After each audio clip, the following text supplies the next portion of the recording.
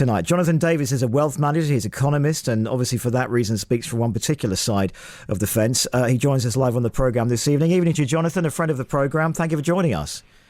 Delighted to be here, Simon. And I sense a smile in your voice. Does that mean a smile in your heart as well? Rarely do we see a smile in your heart. Oh, it's so lovely of you to say. On the one hand, this isn't a bad budget as budgets go, but it's, like practically every budget since time immemorial, it's to buy votes. It's no coincidence that in a couple of months' time there's going to be the Euro elections, and I just wrote a blog, in fact, about this, that this is probably going to take some votes away from UKIP, and that's what it's all about. But something else it was supposed to be about was to encourage people to save more money, to make sure that going to work is the thing that pays, so to cut down on the benefits bill, and also to make sure that the growth that we've seen, which some are arguing is quite fragile, continues its upward trajectory. The growth is forecast to continue, and let's be under no illusion. On the one hand, the reason why we had growth last year and we're having it this year and we'll likely have it next year is not because the economy is in a good place. Actually, it's pretty dire, and another time we could go into the details.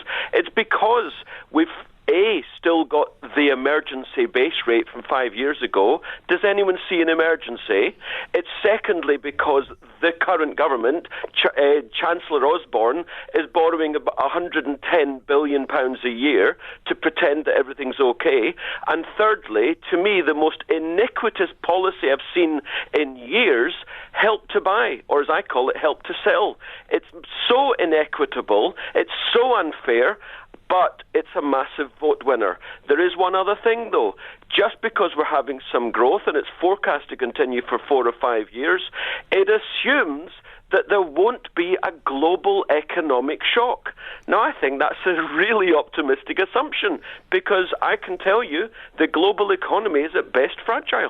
And one of the things that was quite interesting, and I think many people found confusing if they're following this, Mark Carney, the Canadian governor of the Bank of England, was saying that, in a sense, keeping interest rates this low risks mistakes happening, the same mistakes that led us to the crisis we were in, and then in the same speech says that interest rates are not going to rise soon, which of course is a celebratory moment for those people with mortgages, is less celebratory for those people who are savers. Well, exactly. One of my slogans is on Twitter, #hike rates now. Because some 3/4 of the population would actually benefit if interest rates were normalised. And when I say normal, I don't mean 0.5%, which is what we've had for 5 years. I mean 5.0%. Financially, they would benefit, but would the country benefit? Because the argument from the government always is it's all right, fair enough if you benefit individually, but if it brings the country and the growth to a halt, that will benefit nobody in the long run. On the contrary, it'll hurt in the short run, but it will benefit everyone in the long run, because with a significant hike in interest rates, and by the way, it's really artificial that the Bank of England set rates in the first place, so you just ponder on that big picture issue as well. But if the rates were normalised, our currency would soar, the pound would soar, which means that our import costs would plummet, which means the costs of running businesses would plummet, the cost of living would plummet, and yes, after a year or 18 months, maybe 2 years of difficulty, I tell you, we'd be the most attractive nation on earth in which to invest. But it would also mean that those companies who rely on exporting will find life pretty difficult, and that's the reasons why sometimes these interest rates are brought down, and the people who genuinely will fall into difficulties keeping a roof over their head will not thank you, or indeed the Bank of England. Well, Okay, 2 points there. One, the standard statement from the BBC is we need low interest rates to keep the pound down to help exporters. It's not true, Simon. Germany and Japan had a strengthening currencies for 5 decades. It didn't stop them becoming the biggest exporting powerhouses in the world. So actually a strong currency in the long run helps exporters, but as you quite rightly say, not in the short run. And the second point you say is higher interest rates would affect some borrowers. It certainly would. But as I say, those are in the minority. The vast majority are not borrowers or have little debt, and with a big fall in the cost of living, every single person in the country would benefit with a higher currency and lower import costs. Jonathan, it's great to speak to you as always. If people want to find out more about you and what you do, just remind us of how they can find out more. Through Twitter, I guess, at JD Wealth Manager. Brilliant. Jonathan, thank you for calling us live on the programme. Look forward, or should I say, thank you for speaking to us live on the programme. I look forward to getting you back in to review the day sometime soon. So over to you, 0207 224 2000. It is your calls that are important to me and indeed everybody else here and indeed all our listeners to find out exactly how this budget has affected you. As I say, also going to talk about other non-budget, non-financial related issues, although there's always finance in everything, including the world and the career of Michael McIntyre. With this, makers, doers and savers, it's going to be a budget of hard truths. That was the promise.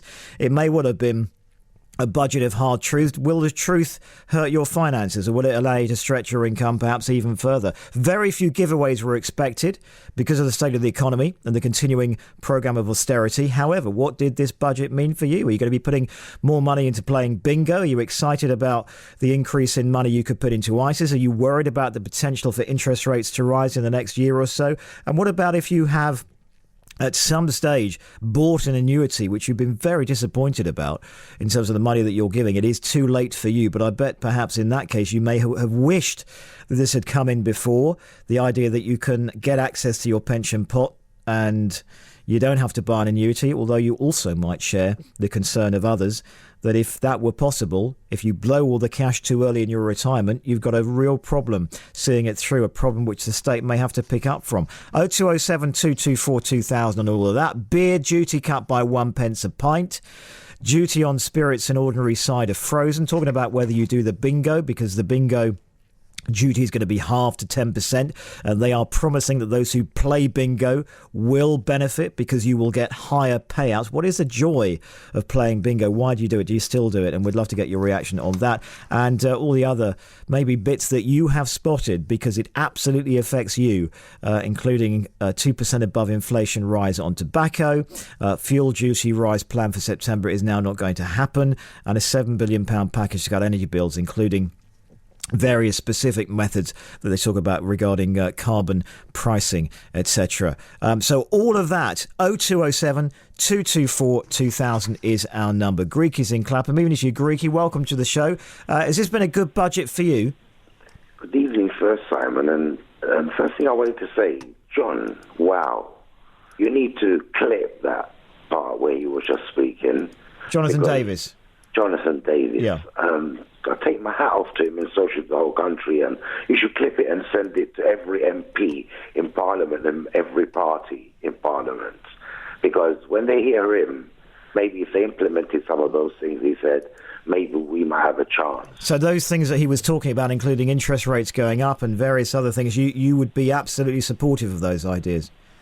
100% in every way. And also, I don't want people to be fooled, and I hope you don't, as the BBC, want people to be fooled, because the BBC is owned also by the people who pay their license. Yes. And the truth must be said. But don't forget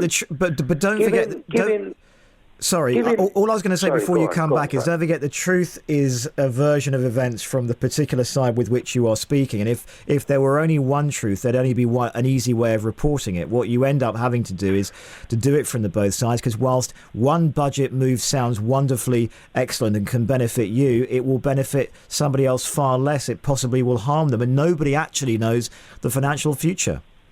The truth is that you would have to have 300 pints before you saved £3. I I'm a person that doesn't really have 300 pints a year. Right. So the beer duty being cut by 1 pence a pint, you're not celebrating that? Exactly. Right. But of course it will have a big impact to the money that's coming into the Treasury. Well, it will reduce it. You say that, but I've been looking at all the other money that's been coming in the Treasury that never used to exist. Everywhere you park, you can get a ticket, a camera will take your picture, and suddenly... Well, some of that goes to the councils, doesn't it? Most of that won't go to the central government. Well, it goes, at the end of the day, it goes to the country, and the government is taxpayers' money that's going from different people, smokers, drinkers, whatever. Understood. And as for the duty for petrol, let's not be fooled. First of all, petrol in this country is sky high, and it has gone sky high in the last 5 years. What are we talking? I mean, you can get a litre of unleaded for, I think, 126.9. 126.9. And don't forget, it was 129, and it was in the 130s not that long ago. Yeah, but that's when people were out crying on your radio as well as many radios how ridiculously expensive petrol's gone, and if petrol keeps going up the way it's been going up, and it's still very high anyway, then everything goes up because everything needs to be transported, whether it's food, whether it's farm equipment running, everything gets more expensive. So everything on the shelves in the supermarket gets more expensive.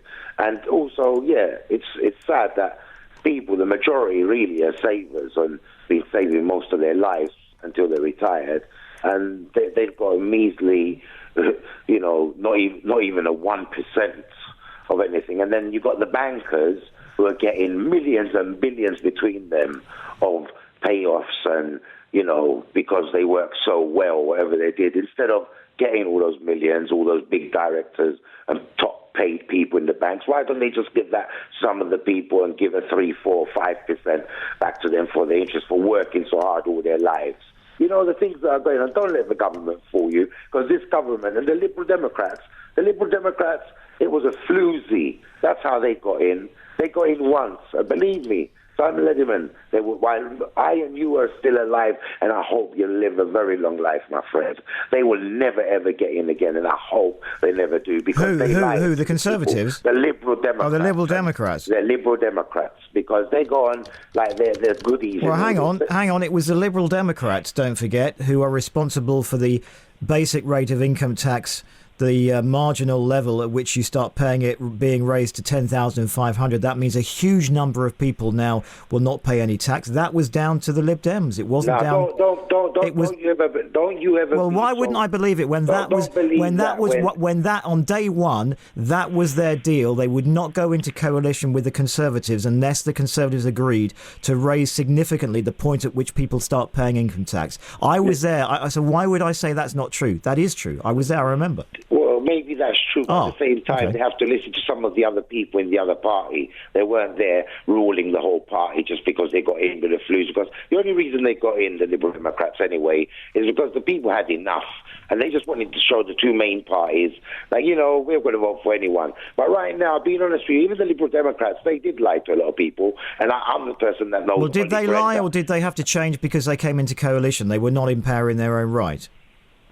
They've never been in power in their right. I'm saying, so they didn't lie, did they? What they did was they set out a manifesto. People just saying we've had enough. But they set out a manifesto for what they would do if they were in power. They didn't get power. They got coalition. First of all, they said they were going to give proportional representation to the people of this country. They never have done. They didn't put up the borders of our country. Things have got much People worse. voted against AV. The people voted. They gave people a chance to vote for the alternative votes, and people voted against it, didn't they?